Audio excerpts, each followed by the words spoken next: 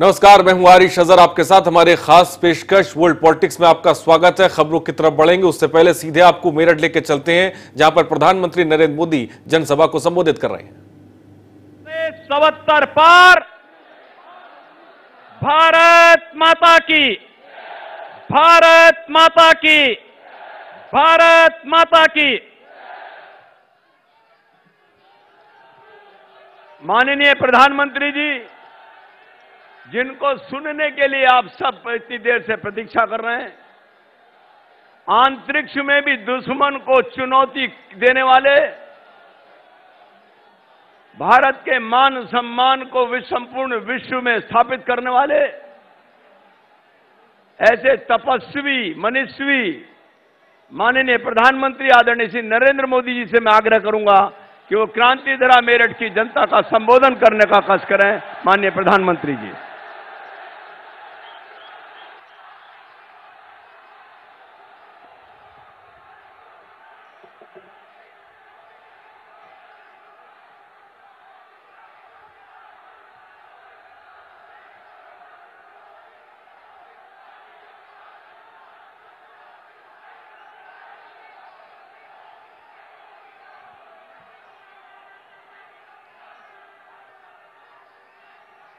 पश्चिमी यूपी के कोने कोने से मेरठ, हापुड़, बिजनौर, मुजफ्फरनगर, बागपत, गाजियाबाद, नोएडा समेत पूरे पश्चिमी उत्तर प्रदेश से यहां पधारे आप सभी बहनों भाइयों को मेरा प्रणाम।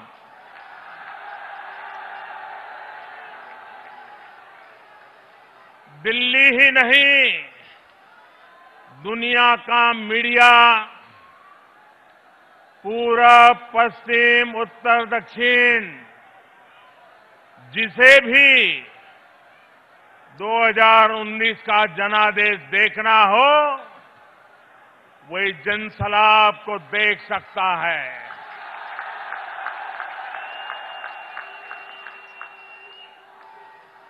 भारत मन बना चुका है। भारत के 130 करोड़ लोग मन बना चुके हैं। देश में फिर एक बार बनने जा रही है। इस विशाल संख्या में पधारने के लिए मैं आप सभी का, भारतीय जनता पार्टी के प्रत्येक कार्यकर्ता, एक एक बूथ का इंतजाम देखने वाले अपने साथी का हृदयपूर्वक आभार व्यक्त करता हूं। साथियों, 2019 के चुनाव अभियान की शुरुआत मेरठ से ही शुरू करने के पीछे एक वजह है। 2019 का ये चुनाव हर देशवासी की आकांक्षा, मजबूत भारत के सपने से जुड़ा चुनाव है। वही सपना, वही आकांक्षा जिसे दिल में लिए 1857 में इसी मेरठ क्षेत्र में स्वतंत्रता के आंदोलन का पहला बिगुल फूंका गया था। इसी गौरवशाली परंपरा को निभाने वाले सुकमा के नक्सली हमले में शहीद शोभित शर्मा और पुलवामा में शहीद अजय कुमार जी को मैं एक बार फिर अपनी श्रद्धांजलि अर्पित करता हूं।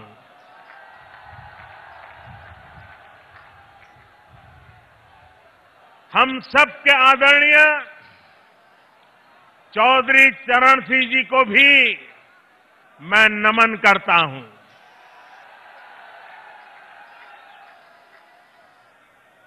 चौधरी चरण सिंह जी ने देश के लिए महत्वपूर्ण योगदान दिया। चौधरी साहब देश के उन सपूतों में से हैं जिन्होंने देश की राजनीति को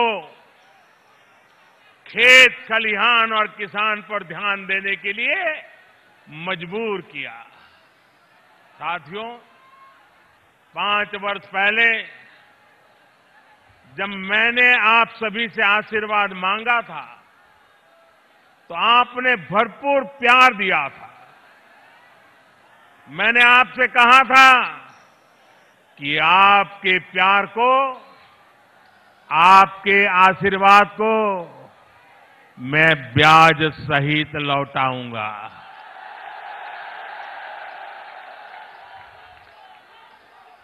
और मैंने आपको ये भी कहा था कि जो काम किया है उसका हिसाब भी दूंगा। और हां, अपना हिसाब दूंगा, साथ साथ दूसरों का हिसाब भी लूंगा।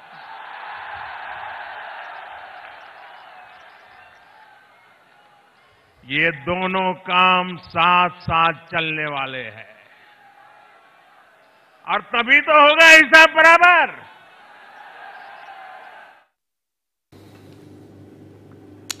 तो मेरठ में इस वक्त प्रधानमंत्री हैं, चुनावी जनसभा को संबोधित कर रहे हैं और पश्चिमी यूपी की तरफ अगर बात की जाए तो काफी अहमियत भी दी जा रही है। बीजेपी की बात करें तो पहले चरण के मतदान के में अब कुछ ही दिन शेष हैं। यूपी के सभी 80 सीटों पर 7 चरण में मतदान होंगे और कहा जाता है कि दिल्ली का रास्ता यूपी से ही जाता है और यूपी एक ऐसा राज्य है जो सियासी समीकरण में बड़ा उलटफेर कर सकता है और यही वजह है कि पीएम मोदी ने प्रचार प्रसार के आगाज के लिए यूपी को ही चुना है।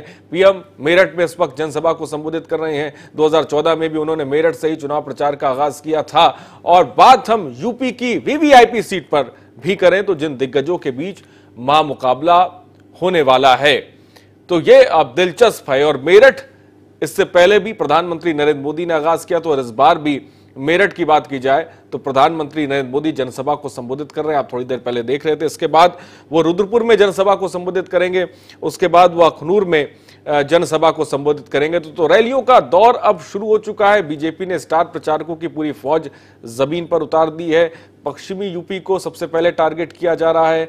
कई सीटों को कवर करने का, फतेहपुर सीकरी और तमाम सीटों को कवर करने की कोशिश मेरठ से की जा रही है। इसके लिए प्रधानमंत्री नरेंद्र मोदी इस वक्त मेरठ में हैं। सीएम योगी आदित्यनाथ की बात की जाए तो उनके साथ मौजूद है। थोड़ी देर पहले वो जनसभा को संबोधित कर रहे थे। तो सबकी निगाहें पीएम के दौरे को लेकर टिकी हुई हैं और खासकर बात की जाए जिस तरीके से स्टार प्रचारकों की पूरी फौज जो है प्रधानमंत्री ने और बीजेपी ने जमीन पर उतार दी है। चंद्रमणि शुक्ला हमारे संवाददाता भी इस वक्त हमारे साथ जुड़ रहे हैं अधिक जानकारी के साथ। चंद्रमणि के पास सीधे चलते। चंद्रमणि, वोटों की पॉलिटिक्स चल रही है, रैलियों का रैला अब शुरू हो चुका है। प्रधानमंत्री नरेंद्र मोदी को हम देख भी रहे थे, सुन भी रहे थे और अभी भी वो जनसभा को संबोधित कर रहे हैं।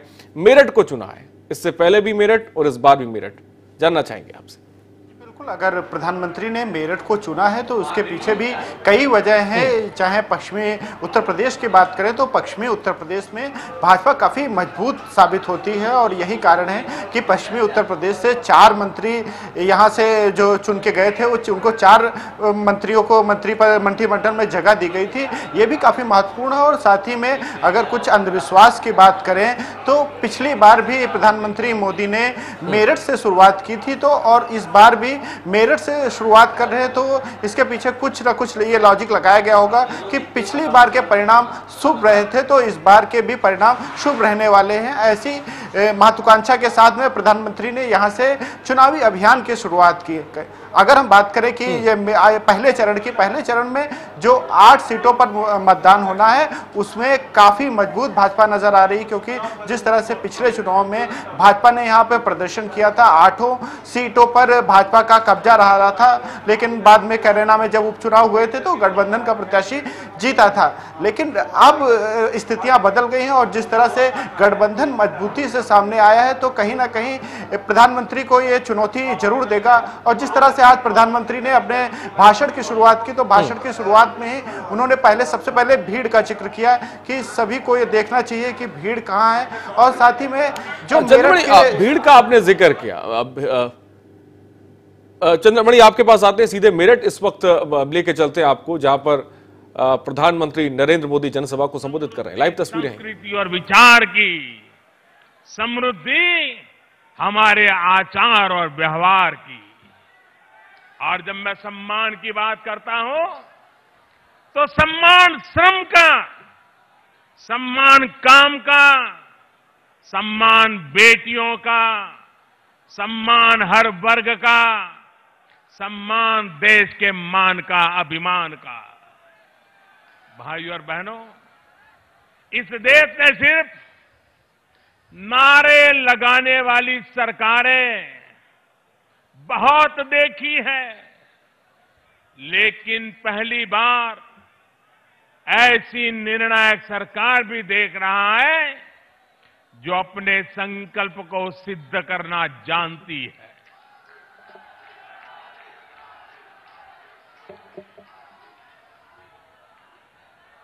जमीन हो, आसमान हो या फिर अंतरिक्ष, सर्जिकल स्ट्राइक का साहस आपके इस चौकीदार की सरकार ने दिखाया है।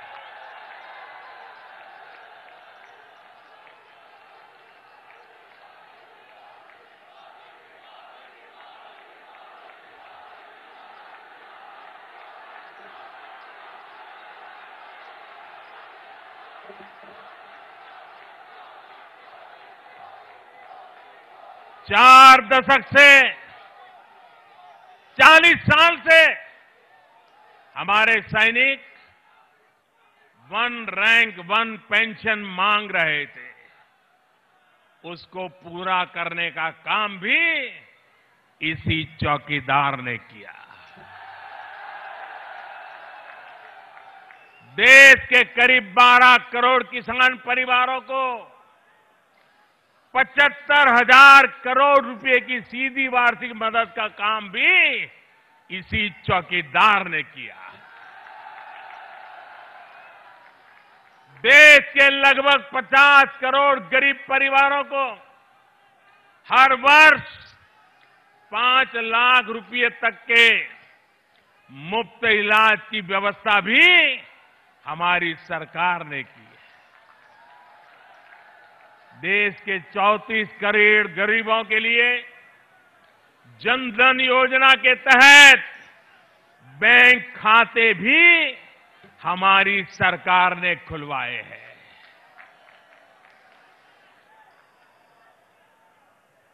और जब मैं बैंक खाते खुलवाता था तो ये बड़े बुद्धिमान लोग भाषण करते थे कि देश में बैंकें नहीं है, गांव का आदमी क्या करेगा। ऐसा कहते थे कि नहीं कहते थे? और आज वही कह रहे हैं जो लोग अरे गरीबों का बैंक का खाता 70 साल तक नहीं खुलवा पाए, वो कहते तुम्हारे खाते में पैसे डालेंगे। कोई भरोसा करेगा क्या? अरे जो खाता नहीं खुलवा सकता है वो खाते में डाल सकता है क्या?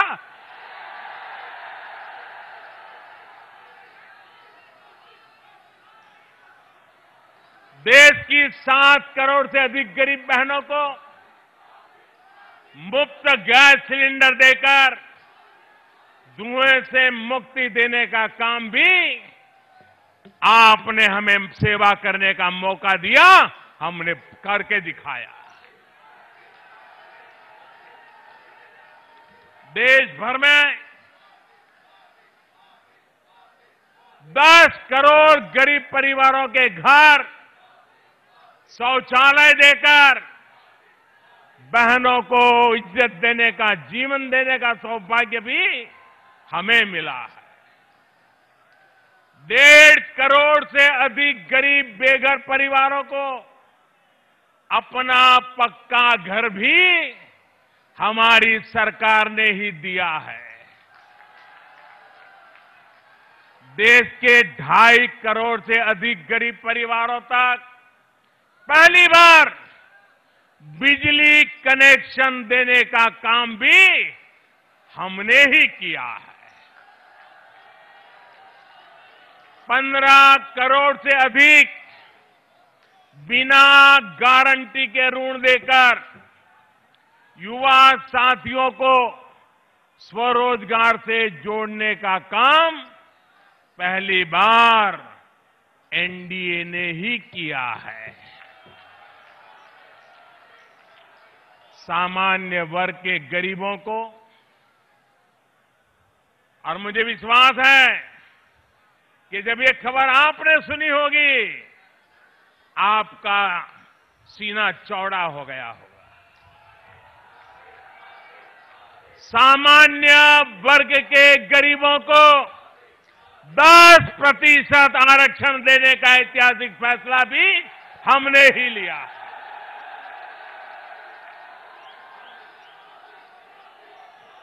देश के ईमानदार करदाताओं को 5 लाख रुपए तक की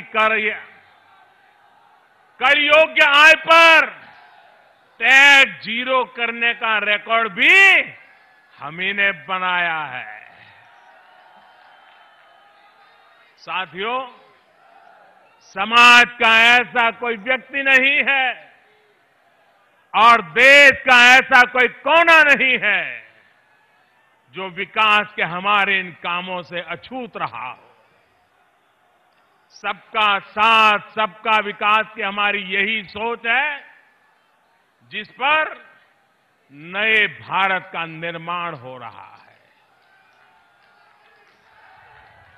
11 अप्रैल को आपका वोटिंग 11 अप्रैल को है ना? 11 अप्रैल को है ना? 11 अप्रैल को जब देश पहला वोट डालेगा, जब पहली बार वोट डालने वाला हमारा युवा बूथ में जाएगा, तो वो ईवीएम पर कमल के निशान पर उंगली दबाने से पहले विकास की इस तस्वीर को लेकर के जाने वाला है। साथियों, आपके चौकीदार की सरकार ने जो हासिल किया है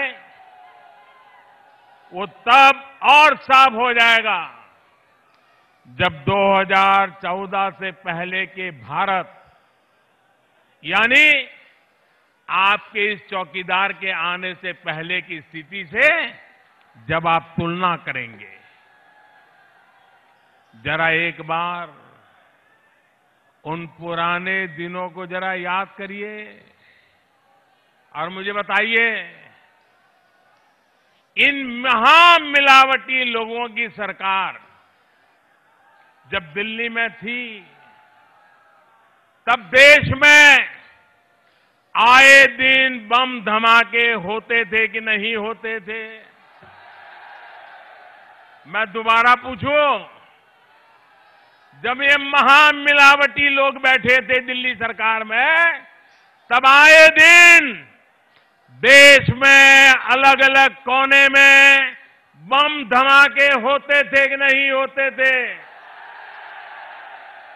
ये महामिलावटी आतंकियों को संरक्षण देते थे कि नहीं देते थे? ये आतंकियों की भी जात और उनकी पहचान देखते थे कि नहीं देखते थे? उसके आधार पर तय करते थे कि आतंकी को बचाना है या सजा देनी है। बताइए भाइयों, ऐसा होता था कि नहीं होता था? मुझे बताया गया है कि यहां मेरठ में जो विरोधी दलों के उम्मीदवार हैं, उन्होंने आतंकवादियों के लिए करोड़ों रुपए के इनाम तक का ऐलान कर दिया था। याद है ना? आतंकवादियों को करोड़ों का इनाम। सोचिए, महामिलावट के लिए लोग किस हद तक जा सकते हैं। ये महामिलावटी लोग भ्रष्टाचारियों के साथ है कि नहीं है भाई? ये लोग भ्रष्टाचारियों के साथ है कि नहीं है? महामिलावटियों के राज में बेटियों को इंसाफ मिलता था क्या? मेरठ वाले तो बराबर जानते हैं। क्या बेटियों को इंसाफ मिलता था क्या? इनकी सरकार में गुंडे और बदमाश बेलगाम थे कि नहीं थे? क्या ऐसी महामिलावट के हाथ में देश सुरक्षित रहेगा? देश सुरक्षित रहेगा? देश सुरक्षित रहेगा? साथियों, मेरठ और पश्चिमी यूपी तो इनके कारनामों को भुगत चुका है। जब से योगी जी की सरकार आई है,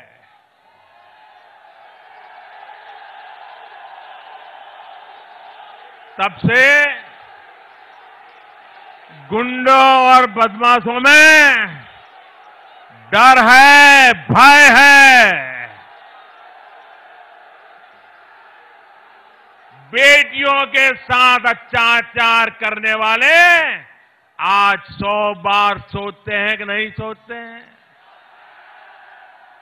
क्योंकि आपके इस चौकीदार ने ऐसे लोगों को फांसी तक का प्रावधान कर लिया है। ये बातें मैं आपको इसलिए बता रहा हूं क्योंकि हम सभी मिलकर बीते 5 वर्षों में भारत को जिस स्थिति से निकाल कर लाए हैं, इसको और मजबूत करना है। देश को और मजबूत करना है कि नहीं करना है?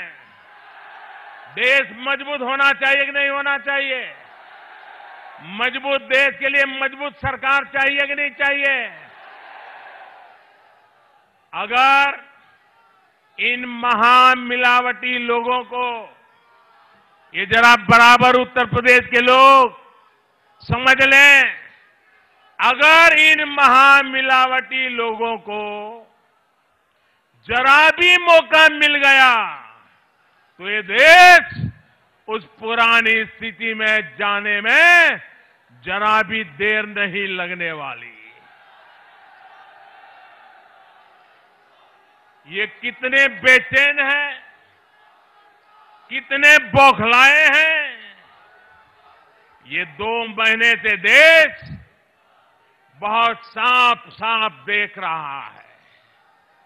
भाइयों और बहनों, आज स्थिति है कि कुछ दिन पहले तक जो लोग इस चौकीदार को चुनौती देते फिरते थे, अब रोते फिर रहे हैं। मोदी ने ये क्यों किया? मोदी ने वो क्यों किया? ये मोदी ने पाकिस्तान में आतंकियों को घर में घुसकर क्यों मारा? ये मोदी ने आतंकियों के अड्डे को नष्ट क्यों किया? रो रहे हैं।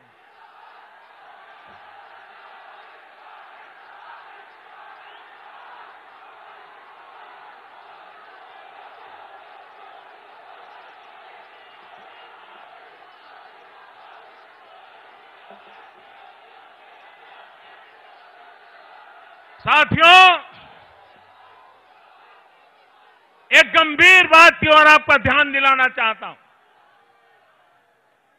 ये सारे महामिलावटी लोग आज कौन पाकिस्तान में ज्यादा पॉपुलर होगा, कौन पाकिस्तान में हीरो बनेगा, इसकी स्पर्धा में लग गए हैं। वहां की मीडिया में छाए हुए हैं, उनके नाम की पाकिस्तान में तालियां बज रही है। भाइयों बहनों, आप ही बताइए, देश को हिंदुस्तान के हीरो चाहिए या पाकिस्तान के? हिंदुस्तान के हीरो चाहिए या पाकिस्तान के? मेरे प्यारे देशवासियों, मैं 130 करोड़ देशवासियों से पूछना चाहता हूं, क्या हमें सबूत चाहिए कि हमें सपूत चाहिए?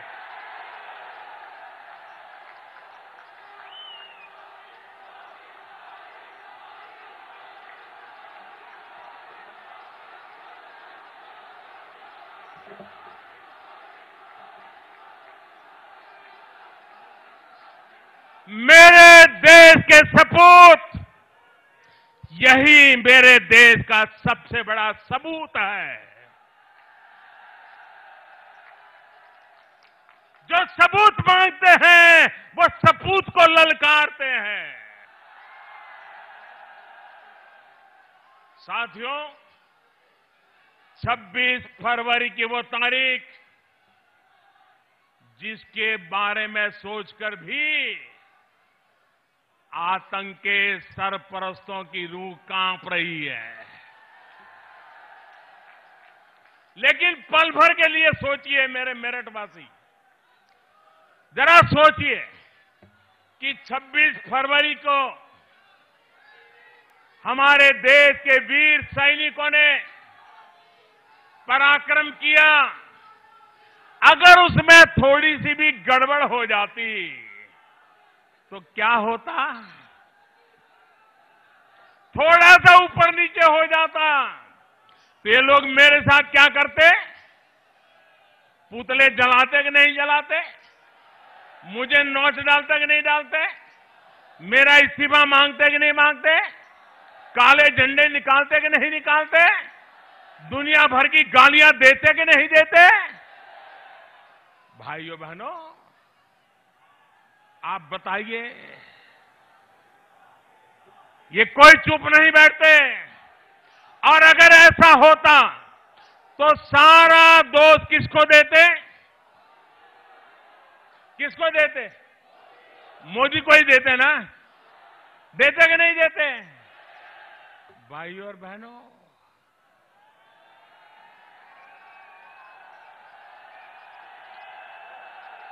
आप आश्वस्त रहिए, मैं देश के लिए अपना सब कुछ दांव पर लगाने के लिए तैयार रहने वाला व्यक्ति हूं। कोई भी राजनीतिक दबाव, कोई भी अंतर्राष्ट्रीय दबाव आपके इस चौकीदार को डिगा नहीं पाएगा और न ही कोई इस चौकीदार को डरा पाएगा।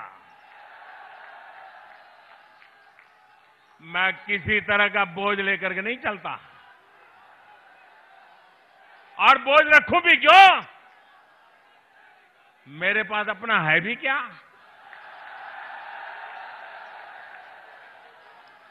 जो कुछ भी है वो तो देश का दिया हुआ है, आपका दिया हुआ है। जो देश ने दिया, जितना दिया है वो बहुत कुछ है। अरे चिंता तो उनको होती है जो कुछ खोने से डरता है, जिसको वंश और विरासत के बारे में सोचना है। नियत में खोट उसकी आती है जिसको सिर्फ और सिर्फ अपने परिवारों के हितों के बारे में सोचना है। भाइयों और बहनों, कल भी आपने देखा होगा कैसे अंतरिक्ष में हासिल की गई हमारे देश की महान उपलब्धि को इन लोगों ने नजरअंदाज किया। कैसी कैसी बातें बोली, मैं तो हैरान हूं। मुझे तो उनकी बुद्धिमत्ता पर भी सवाल उठने लगे हैं।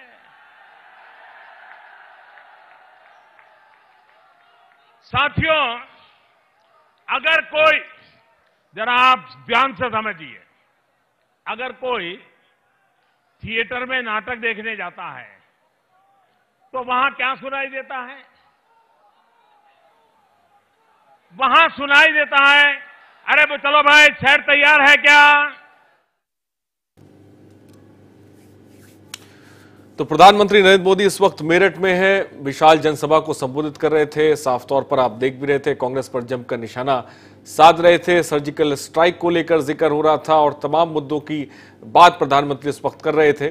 और हमारे साथ इस वक्त हमारे संवाददाता चंद्रमणि भी जुड़े हुए हैं, सीधे उनके पास चलते हैं। चंद्रमणि, प्रधानमंत्री नरेंद्र मोदी को हम सुन रहे थे, मेरठ से चुनावी जनसभा को संबोधित कर रहे हैं, मेरठ से आगाज कर रहे हैं।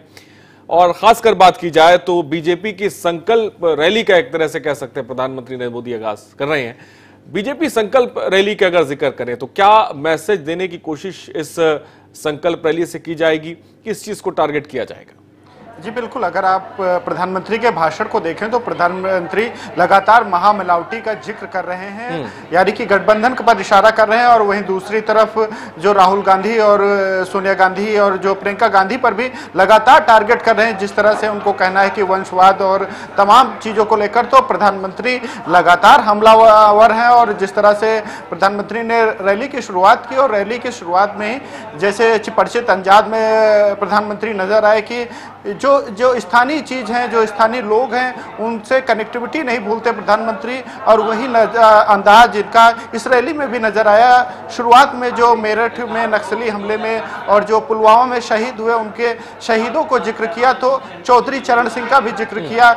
उन्हें पता है कि यहाँ पर जो जाट वोट है वो काफ़ी प्रभावी है इस पूरे पश्चिमी उत्तर प्रदेश में, जिसको लेकर उन्होंने टारगेट किया। और जाहिर सी बात है कि प्रधानमंत्री ये जानते हैं कि यहाँ पर जाट वोट प्रभावी है, तो चौधरी चरण सिंह का जिक्र करना जरूरी है। वहीं पर तमाम मुद्दे जैसे कि एयर स्ट्राइक पर भी प्रधानमंत्री लगातार विरोधियों पर हमलावर होते हुए नजर आए। जिस तरह से उन्होंने कहा कि आपको सबूत चाहिए कि सपूत चाहिए, तो ये भी एक बड़ी बात कही प्रधानमंत्री ने। और साथ ही में जो विपक्षी नेता है उन पर हमला करते हुए कहा कि जो पाकिस्तान की मीडिया में है वो लोग वो छाए हुए हैं और उनमें होड़ लगी हुई है कि कौन सा व्यक्ति पाकिस्तान में ज्यादा पॉपुलर हो सकता है। तो ये तमाम मुद्दे को लेकर प्रधानमंत्री जानते हैं कि देश। लेकिन एक चीज चंद्रमणि, आप जो महसूस कर रहे हैं, आप जो बयानों में देख भी रहे हैं और आप भी रिपोर्टिंग करते हैं, सड़कों पे जाते हैं, लोगों से मिलते हैं, बात बड़े मुद्दों की हो रही है, सर्जिकल स्ट्राइक का जिक्र हो रहा है,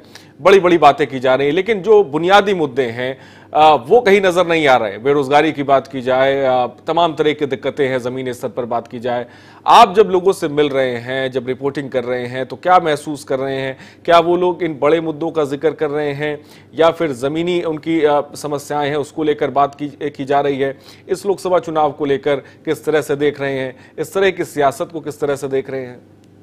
जी बिल्कुल, अगर हम यहाँ के जमीनी मुद्दों की बात करें तो जमीनी मुद्दे पर आदमी जब देश के प्रधानमंत्री को चुनता है तो एक बार जमीनी मुद्दों को उतना अहमियत नहीं देता जितना राष्ट्रीय मुद्दे और जो देशभक्ति के मुद्दे हैं उनको अहमियत देता है। और प्रधानमंत्री ये बखूबी जानते हैं कि देशभक्ति के नाम पर सबको जोड़ा जा सकता है और सबसे कनेक्टिविटी बढ़ाई जा सकती है। और यही वजह है कि प्रधानमंत्री लगातार एयर स्ट्राइक को लेकर और तमाम जो उपलब्धियां हैं जो देशभक्ति और देश हित की हैं उनको लेकर लगातार हमलावर कर रहे हैं। और जमीनी समस्याएं जस की तस हैं, जैसे पहले थी वैसे आज भी हैं। युवाओं के पास रोजगार नहीं है तो बिजली पानी सड़क की समस्या आपको हर गली मोहल्ले में दिख जाएगी। यही जो जनता है वो भी कहती है, पर जब प्रधानमंत्री का चुनाव होता है तो तमाम मुद्दे बदल जाते हैं। और यही कारण है कि देशभक्ति के मुद्दे पर सभी एकजुट नजर आते हैं और यही प्रधानमंत्री भुनाना चाहते हैं। चंद्रमणि, बीजेपी का मजबूत गढ़ जो है मेरठ रहा है। 1990, 96, 91, 1998, 2009, 2014 का जिक्र करते चले तो बीजेपी ने यहाँ पे जीत दर्ज करी है। प्रधानमंत्री जब मेरठ से आगाज कर रहे हैं और उससे पहले भी वो मेरठ से आगाज कर रहे हैं, तो सवाल जहन में यही आता है कि आखिर मेरठ ही क्यों चुन रहे हैं? क्या ये गढ़ है या कोई और वजह है जिसकी वजह से प्रधानमंत्री नरेंद्र मोदी जो है वो मेरठ से विजय संकल्प रैली का आगाज कर रहे हैं? जी, ये तो कहना गलत नहीं होगा कि यहाँ पर बीजेपी काफ़ी मजबूत है। और बात अगर मेरठ की बात करें तो मेरठ में करीब 47% वोट ये जीत 47% वोटों से ये बीजेपी के प्रत्याशी जीत कर आए थे और भाजपा का लक्ष्य 51% लेकर वो चल रहे हैं। तो कहीं ना कहीं मजबूत तो दिखती है पश्चिमी उत्तर प्रदेश में, क्योंकि जिस तरह से यहाँ पर जाट बाहुल्य क्षेत्र है और जाट बाहुल्य क्षेत्र में ये सबसे खास बात है कि जाट उसी की तरफ जाता है जो जीतता हुआ प्रतीत होता है। अगर उनको अगर ये नजर आएगा कि भाजपा जीत रही है तो वो भाजपा को वोट कर सकते हैं, और अगर कांग्रेस उनको जीतती दिखेगी तो कांग्रेस को वोट कर सकते हैं। तो ये भी काफी महत्वपूर्ण है, क्योंकि चुनाव के पहले का माहौल क्या है ये भी पश्चिमी उत्तर प्रदेश में काफी कुछ निर्भर करता है कि चुनाव के पहले किस तरह से रुझान बनाए जाते हैं, किस तरह से बीजेपी अपना माहौल बना पाती है कि क्या बीजेपी जीतती हुई नजर आएगी। अगर जीतती हुई नजर आती है तो जाट वोट इनकी तरफ वोट कर सकता है, ये भी एक बड़ी बात है। और जहां की तक की बात है कि पश्चिमी उत्तर प्रदेश में भाजपा वाकई पूरी तरह से काफी मजबूत नजर आती है, क्योंकि जिस तरह से पिछली बार 8 लोकसभा में भाजपा का परचम लहराया था और इस क्षेत्र से 4 मंत्री चुने गए थे। 4 मंत्री, चाहे बीके सिंह ले लीजिए, चाहे महेश शर्मा ले लीजिए, या संजीव बालियान या सतपाल सिंह, तो 4 मंत्री, 8 लोकसभा सीटें हैं उसमें से 4 मंत्री हैं। तो ये काफी महत्वपूर्ण है, क्योंकि किस तरह से भाजपा का ये गढ़ है। चंद्रमणि, अब जबकि प्रधानमंत्री सीएम योगी आदित्यनाथ मेरठ में है, चुनावी जनसभा को संबोधित कर रहे हैं, गठबंधन के लिहाज से देखा जाए तो गठबंधन किस भूमिका में नजर आ रहा है? क्योंकि याकूब कुरैशी वहां से गठबंधन के उम्मीदवार हैं, प्रत्याशी हैं, और काफी कट्टरवादी विवादित बयान भी वो लगातार देते रहे हैं। उस लिहाज से देखा जाए तो किस तरह की तस्वीर बनती हुई नजर आ रही है? जी, अगर हम तस्वीर की बात करें तो गठबंधन जो है काफ़ी मजबूती से लड़ने वाला है, क्योंकि जिस तरह से याकूब कुरैशी पर प्रधानमंत्री में भी यहाँ पे प्रधानमंत्री ने भी हमला बोला कि आतंकियों को इनाम देने की घोषणा की थी। तो कुल मिलाकर जो याकूब कुरैशी हैं वो काफ़ी विवादित रहे हैं। अगर हम जातीय समीकरण की बात करें तो कांग्रेस के जो हैं वो हरेंद्र अग्रवाल हैं और बीजेपी से राजेंद्र अग्रवाल हैं। तो जो अग्रवाल वोट है वो काफ़ी कुछ इधर उधर हो सकता है, और चूंकि तीनों का गठबंधन है, सपा बसपा और रालोद का, तो जो जाट वोट है वो भी गठबंधन को मिलने की उम्मीद है। तो ये काफ़ी रोचक मुकाबला होने वाला है। क्या बीजेपी को जो पिछली बार 47% वोट मिला था उसको क्या फिर से कवर कर पाती है, और क्या यहाँ पर फिर से उतनी मजबूती से सामने आ पाती है? अगर मेरठ लोकसभा क्षेत्र की बात करें तो काफ़ी रोचक मुकाबला होने वाला है, और ये आने वाला वक्त बताएगा कि 11 तारीख को किस तरह से जनता मूड बनाती है और किसको वोट करती है। लेकिन एक चीज तो साफ है चंद्रमणि, पार्टियों की ये मंशा भी नजर आ रही है और ये मैसेज देने लग भी रहा है कि इस बार वोट ध्रुवीकरण जबरदस्त देखने को मिलेगा मेरठ सीट की बात की जाए तो। जी बिल्कुल, जिस तरह से प्रधानमंत्री हमलावर हो रहे हैं और प्रधानमंत्री ने जिक्र भी किया कि भीड़ का, कि मीडिया भी देखे और विपक्षी भी देखें कि किस तरह से भीड़ है। हालांकि ये चुनावी भीड़ है और भीड़ों से ये अंदाजा नहीं लगाया जा सकता है कि किसको कितना वोट मिलने वाला है, लेकिन प्रधानमंत्री पूरी तरह से श्योर नजर आ रहे हैं कि अभी उनका किला मजबूत है। और यही कारण है कि उनके भाषणों में भी उन्होंने ये भी जिक्र किया कि हमारे पास खोने को कुछ भी नहीं है। तो प्रधानमंत्री पूरी तरह से आश्वस्त नजर आ रहे हैं, और यही कारण है उनके जो भाषणों में है वो इस तरह का अंदाज दिख रहा है। वहीं अगर जमीनी हकीकत देखें तो जमीनी तौर पे गठबंधन भी काफी टक्कर देता नजर आ रहा है। हालांकि कांग्रेस उतनी मजबूत नजर नहीं आ रही, क्योंकि जिस तरह से पश्चिमी उत्तर प्रदेश में कांग्रेस कमजोर नजर आती है, तो वही हाल इस बार भी है।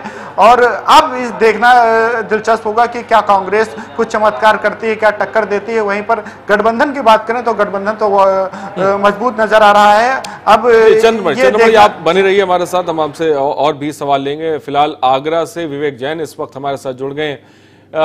विवेक, आगरा में इस वक्त हैं आप, सियासी तस्वीर आपसे जानना चाहेंगे क्या बनती हुई नजर आ रही है? कितने प्रत्याशी मैदान में हैं? किस तरह की जोर आजमाइश देखने को मिल सकती है?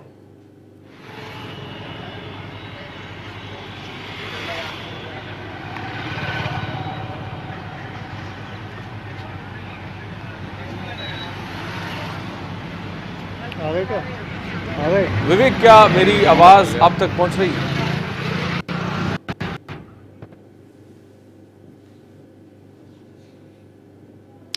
विवेक तक हमारी आवाज नहीं जा पा रही। हम चंद्रमणि के पास चलते हैं जो न्यूज रूम से इस वक्त हमारे साथ लाइव जुड़े हैं। चंद्रमणि, भीड़ का आप जिक्र कर रहे थे और बहुत कुछ है जो भीड़ भी बताती है। 2014 की बात करें, जिस तरीके से प्रधानमंत्री नरेंद्र मोदी की रैलियों में, जनसभाओं में भीड़ देखी गई, तो उससे एक अंदाजा लगाया गया कि पैठ एक दिखाई पड़ रही थी और एक मैसेज भी साफ तौर पर जा रहा था। और अभी हम थोड़ी देर पहले भी जनसभा देख रहे थे, मेरठ में कर रहे थे, जहां पर बहुत बड़ी तादाद में लोग दिखाई पड़ रहे थे और तस्वीरें भी लगातार हम आपको दिखा रहे हैं।